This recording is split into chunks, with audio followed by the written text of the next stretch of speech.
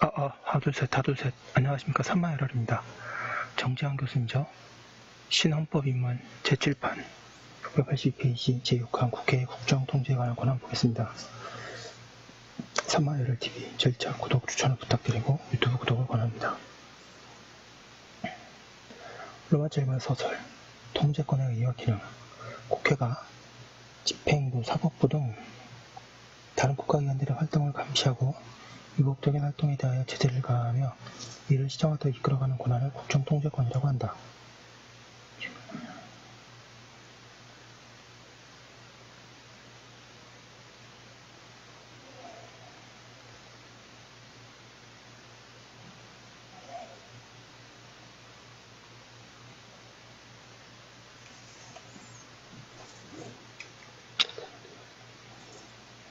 국회의 국정통제권의 정당성의 근원은 국회가 국민에 직선된 대표기관이라는 점이 있다.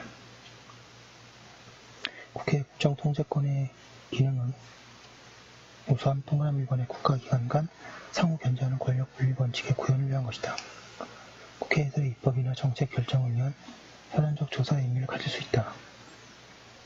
각종 청문회나 국정조사 같은 경우가 그러한 기능을 수행한다.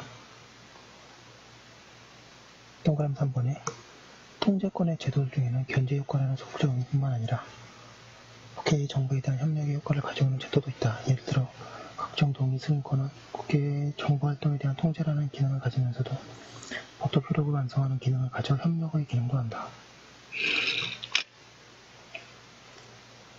683페이지 2번의 고찰체계.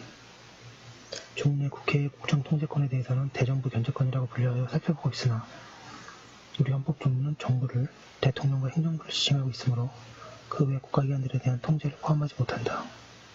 아래에서는 먼저 대정부 통제권을 보고 다음으로 모든 국가기관의 공통으로 통제권으로서 국정감사, 조사권, 탄핵소추권에 대해 살펴본다. 앞서 해당 부분에서 살펴본 국회의 입법권, 재정에 관한 권한, 인사에 관한 권한 등도 여러 국가기관들에 대한 견제 기능을 한다.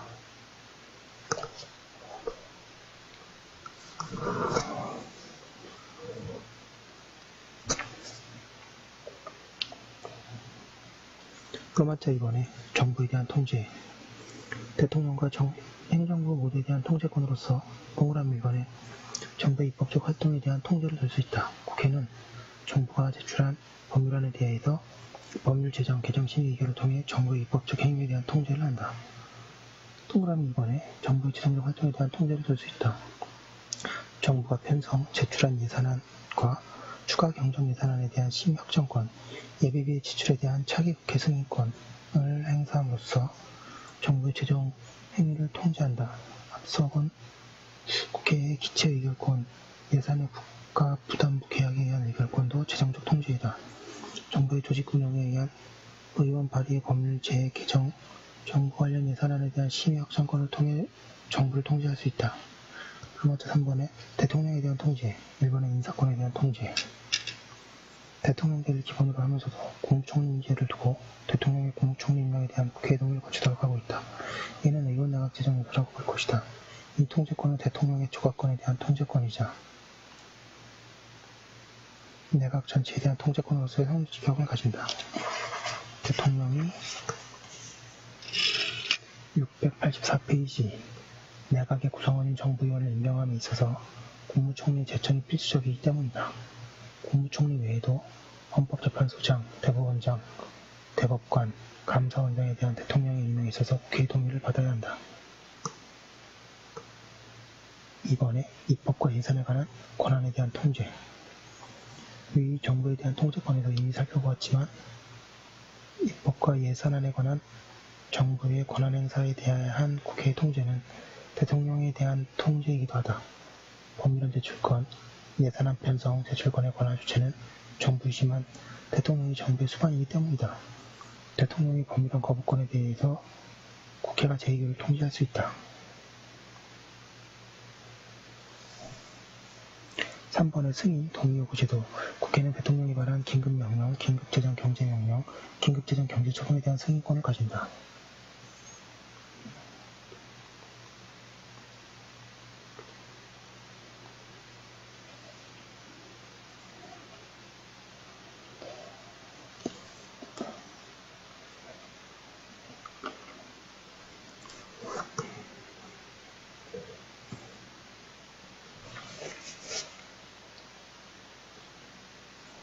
국회는 동그라미 1번에 대통령이 헌법재판소장, 대법원장, 대법관, 국무총리, 감사원장 등의 임명에 대한 동의권. 동그라미 2번에 대통령의 일반 사무권 행사에 대한 동의권. 동그라미 3번 대통령이 체결하는 중요 조약의 체결 기준에 대한 동의권. 동그라미 4번 선전보고, 국군의 외국의 파견 또는 외국 군대에 대한 민국 영역 안에서의 주류에 대한 동의권 등을 갖는다. 요구권으로서는 비상계엄에 대한 해지 요구권을 둘 수 있다. 4번에 대통령에 대한 탄핵 소추. 대통령이 그 직무에 있어서 헌법이나 법률을 위배한 때에는 국회는 탄핵의 소추를 의결할 수 있다.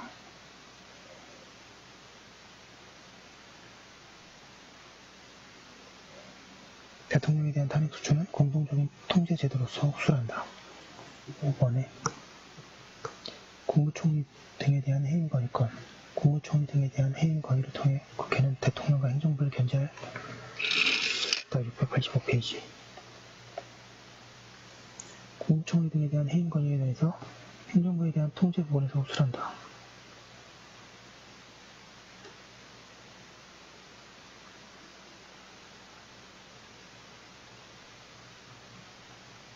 로마자 4번에 행정부에 대한 통제. 1번에 국무총리, 국무위원회, 국회 출석 답변 의무. 국회나 그 위원회의 요구가 있을 때에는 국무총리, 국무위원 또는 정부위원회 출석 답변하여야 하며, 국무총리 또는 국무위원이 출석 요구를 받은 때에는 국무위원 또는 정부위원회로 하여금 출석 답변하게 할 수 있다. 이 제도는 의원내각제의 성격의 제도로서 출석 답변은 국무총리, 국무위원회의 의무이자 권한이기도 하다. 그 기능은 통제 기능 외에 정보 수집의 기능, 국민의 알 권리를 보장하는 기능 등을 가진다. 이는 본회의뿐만 아니라 위원회에 대해서도 지는 의무이고, 질문 유형이나 방식에 대해서도 앞서 의사 절차에서 살펴본 바 있다. 출석에 응하지 않으면 탄핵 소추와 해임 건의 사유가 된다.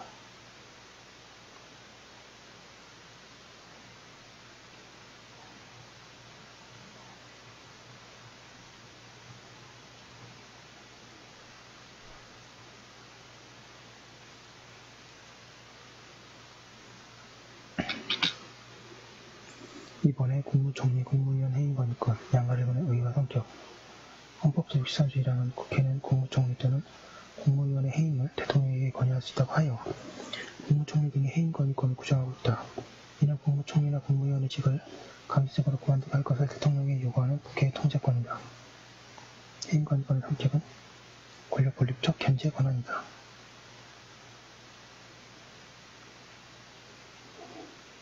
국가정치가 집행하는 행정부에 대하여 국회가 비판과 통제를 가한다. 해임 건의권은 행정부의 책임을 추구하는 제도이다. 이 점에서 의원내각제적 성격을 가진 제도이다. 이는 해임 건의권 제도가 내각 불시임 제도와 동일하다는 것은 아니나 내각에 의해 책임을 물을 수 있는 제도라는 점에서 의원내각제적 성격이 있다는 의미이다. 3번에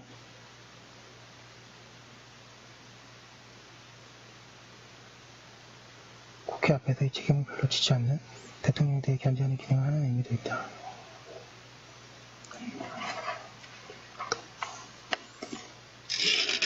(686페이지의) 양가로 이번에 해임 건의의 사유와 정족수. 해임은 해임 건의의 사유를 적시하지 않고 있으므로 해임 건의 사유는 넓고 포괄적이다. 헌법이나 법률을 위반한 직무행위뿐만 아니라 위법행위는 아닐지라도 정책적 결정, 판단과 판단상의 과오, 무능력, 대통령에 대한 부필에서의 미숙, 실정 등도 그 사유가 될 수 있다. 즉 법적 책임이 아닌 정치적 책임을 묻기 위한 해임 건의 발의도 가능하다. 이 점이 위헌, 위법의 직무행위만을 근거로 하는 탄핵 소추의 경우와 다르다. 양가 3번에 절차와 정족수. 해임 건의안이 발의된 데에는 그 의장은 해임 건의안이 발의된 후 처음 개의하는 본회의를 보고하고, 본회의 보관대로부터 24시간 이후 72시간 이내에 무기명 투표로 표결한다. 이 기간 내에 표결하지 아니할 때에는 그 해임 건의안은 폐기된 것으로 본다. 해임 건의는 국회 제적의원 3분의 1 이상의 발의에 하여 국회 제적의원과 과반수의 찬성이 있어야 한다. 신중을 기하도록 가중된 정족수를 하고 있다. 양가 4번의 해임 건의 효과. 방금 읽은 문제점. 국회에 해임건의가 있으면 대통령이 반드시 이에 따라 해임을 해야 하는가 논의되고 있다. 제3공화국 헌법에서는 건의가 있을 때에는 대통령은 특별한 사유가 없는 한 이에 응하여야 한다라고 하여 구속을 명시하고 있는데 현행 헌법에서는 이러한 명시 규정이 없어서 논란이 되고 있다. 방과후반 학설과 판례. 이 문제에 대해서 학설은 부정설,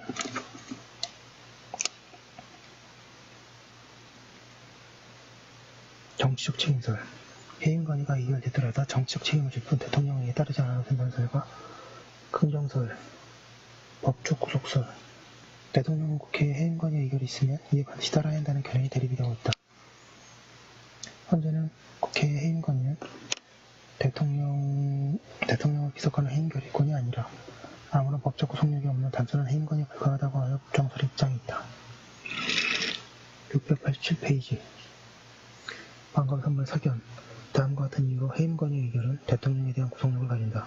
동그라미 1번에 우리 헌법상의 국가권력 구도 전반에 체계조화적 헌법 해석이 필요한데 현행 헌법에서의 대통령의 권한은 전형적인 대통령제에서의 대통령의 권한에 비해 강하기에 권력을 잡아두는 통제권으로서의 해임 건의권이 자리 잡고 있으므로 이에 대한 법적 구속력이 인정되어야 한다.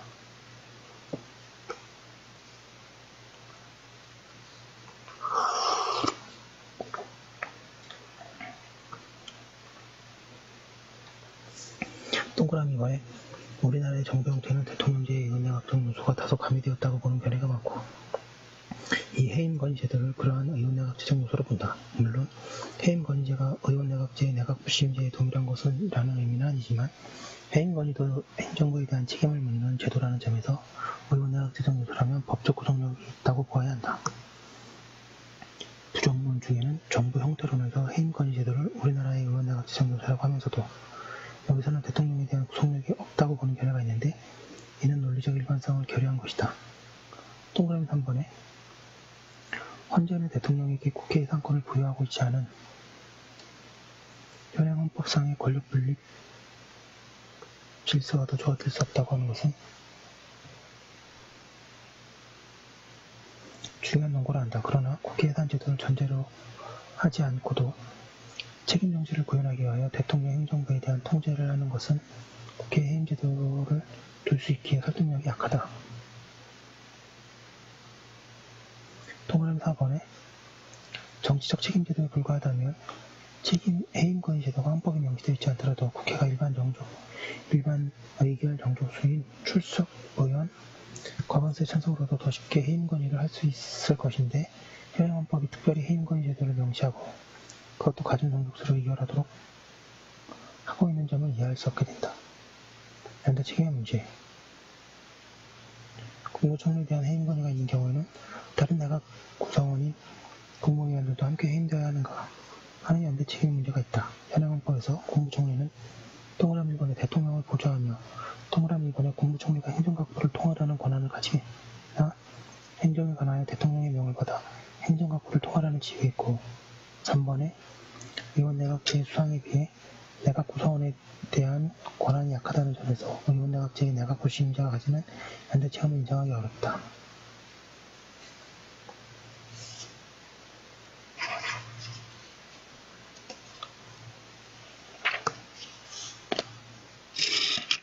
(688페이지) 3번의 서면 질문 제도.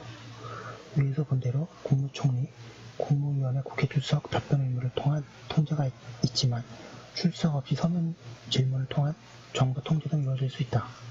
4번에 국무총리, 국무위원, 행정각부의 장에 대한 탄핵소추. 국무총리, 국무위원, 행정각부의 장이 그 직무에 있어서 헌법이나 법률을 위반한 때에는 국회는 탄핵의 소추를 의결할 수 있다. 탄핵소추는 공통적인 통제제도로 흡수한다. 로마자 5번의 국정감사권, 국정조사권. 헌법 제61조 1항은 국회는 국정을 감사하거나 특정한 국정사안에 대하여 조사할 수 있으며 이에 필요한 서류의 제출 또는 증인의 출석과 증인이나 의견의 진술을 요구할 수 있다고 규정하여 국정감사 조사권을 규정하고 있다.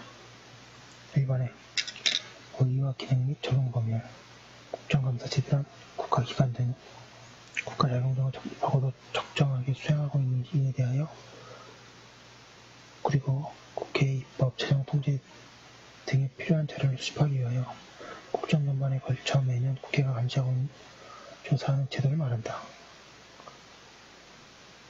국정조사 제도란 국정과 관련된 특정한 사안이 발생하여 그 진상이 규명이 필요한 경우와 그리고 위와 같은 목적으로 국회가 실시하는 조사를 말한다. 국정감사제도, 국정조사제도.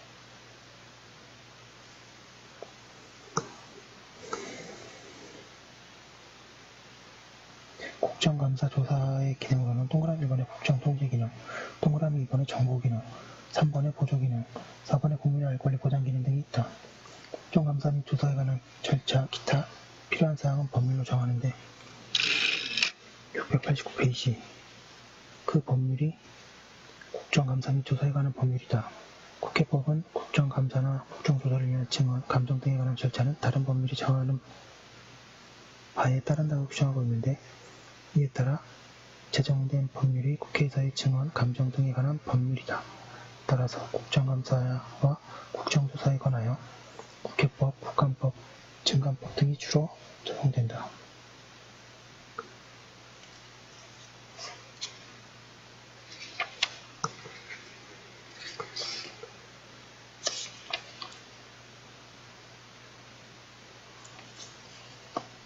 이번에 국정감사, 국정조사의 성격.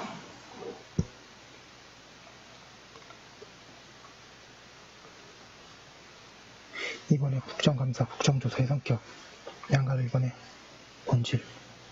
반가 1번의 독자성 여부. 국정감사, 국정조사는 국회 활동들 중에 하나의 독자적인 활동으로 독립된 기능을 가지는지 여부는 국회의 본연의 임무를 보좌하는 성격에 관한 것에 불과한지 하는 문제가 있다.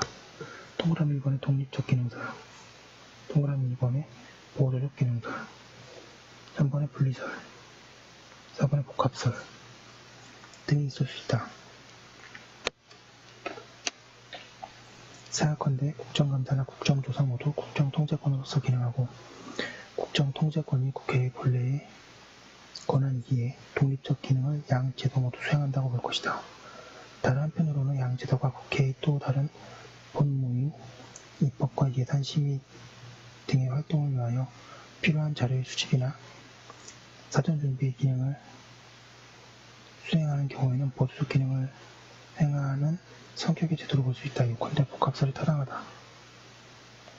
반가로 이번에 국정조사의 고유성. 국정조사는 위에서도 살펴본 바 있지만 오늘날 국정통제라는 의회의 본질적 활동을 이루는 것으로서 의회주의에 불가분한 제도이다. 따라서 국정조사는 헌법의 명시적인 근거 조문이 있는지와 상관없이 국회 고유의 본질적인 권한으로서의 성격을 가진다.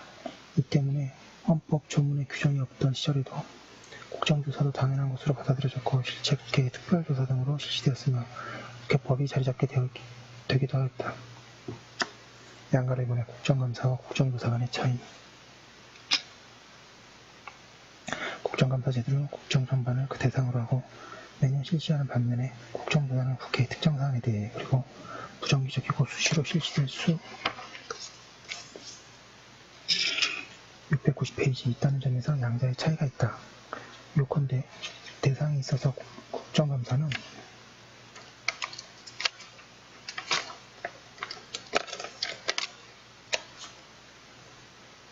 전반성, 포괄성,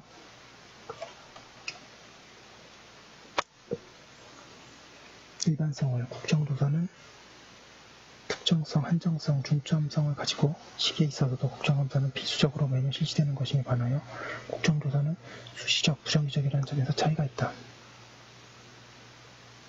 3번의 활동 주체와 구성. 헌법 제61조의 잠시만요. 중요한 전화가 왔네요. 여기서 한번 끊고 또 계속하도록 하겠습니다.